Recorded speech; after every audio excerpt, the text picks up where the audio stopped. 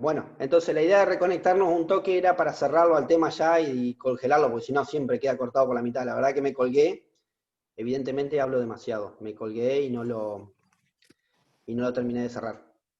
Bueno, entonces estábamos diciendo el ejemplo este de que cada vez va buscando información de más lejos y que la película, por ejemplo, una de las cosas por las que se puede trabar es por eso, ¿sí? De la misma manera pasa cuando ustedes cambian con los discos rígidos comunes y hoy que está con los discos rígidos de estado sólido, bueno, el acceso al disco rígido de estado sólido, ¿por qué es más rápido? Porque la velocidad a la que se puede acceder o que el disco rígido de estado sólido puede encontrar la información y brindarla para el resto de los componentes es hasta 10 veces más rápido que un disco mecánico. ¿Por qué? Porque está compuesto de componentes electrónicos que no dependen ni de motores ni de nada para encontrar la información, ¿sí? Bueno, después acá está representada obviamente en rosadito la placa madre, les decía, todo lo que está dentro, bueno, en el disco rígido en realidad tendría que estar afuera de la placa madre, esto está mal dibujado, tendría que haberlo dibujado acá abajo, ¿sí? Todas estas cosas están incorporadas a la placa madre y las flechas, si bien no es algo que veamos, serían básicamente, si lo miramos en una placa madre, las pistas las pistas por las que viaja la electricidad, que son como pequeños cablecitos que están pegados. Si ustedes miran una plaqueta de cualquier tipo, van a encontrar que tienen un montón de pistitas de metal, que es por donde viaja información, ¿sí?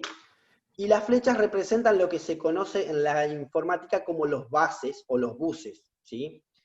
Existen básicamente tres tipos de bases en una computadora. Por un lado está el bus de control, que lo que lleva, o sea, son como pistas, o sea, físicamente son pistas metálicas por las que viaja siempre electricidad, y que por un lado, las de control son las que permiten que a cada dispositivo le podamos marcar el ritmo a través de la unidad de control, ¿sí?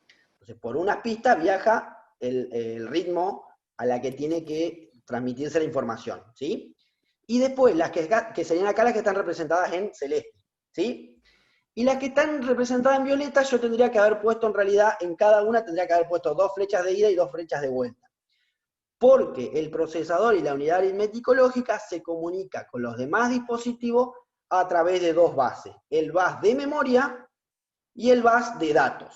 Por el bus de memoria van a viajar las posiciones de memoria donde yo quiero leer o escribir el dato, ¿sí? Y el bus de datos, en el bus de datos va a viajar el dato. Si yo lo quiero llevar a un ejemplo tonto de un programa, podríamos decir que por el bus de memoria van a ir, no sé, la ubicación de las celdas del Excel donde yo tengo los datos, ¿sí? Y por el bus de datos va a viajar el resultado de la cuenta que hago, para decir una tontería, ¿sí? ¿Se entiende? Es como decir, bueno, si volvemos al ejemplo de la película, bueno, por el bus de datos le va a decir, el procesador le va a pedir a la memoria que le muestre la información que está en determinado lugar, ¿sí? Que podría ser, por ejemplo, el minuto 5 de la película. Y por el bus de información, o el bus de datos, es por donde la memoria le va a mandar al procesador esa información, o esos 5 minutos de película, ¿sí? ¿Se entiende? Sí. Es como si yo estoy pensando en el Excel y digo, bueno, yo tengo que escribir el dato 105, el número 105. Bueno, eso viaja por el bus de datos, ¿sí? ¿Dónde lo voy a escribir? En la celda A1. Ese número de celda es lo que viaja por el bus de memoria, ¿sí? A lo que tenga la pésima idea de estudiar informática en el futuro, con esto les van a hinchar las bolas y los van a joder bastante en cuanto a funcionamiento de computadora. A mí no me importa que sepan específicamente cómo funciona una computadora, como para que lo puedan explicar. Simplemente que tengan una idea de que cuanto más lejos están las cosas, más lentas funcionan, ¿sí? Cuanto más cerca, más rápido funcionan, y que una computadora está compuesta por muchas cosas, ¿sí? Que trabajan todas entre sí para lograr un fin común, que es producir salidas de datos de información, ¿sí?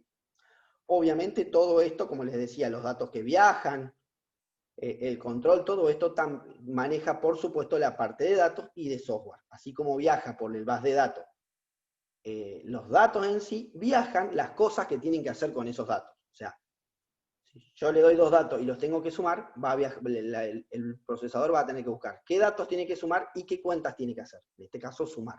¿Se entiende? O sea, es algo muy complejo de entender y se puede explicar en 1.000.000 de niveles de complejidad, ¿sí?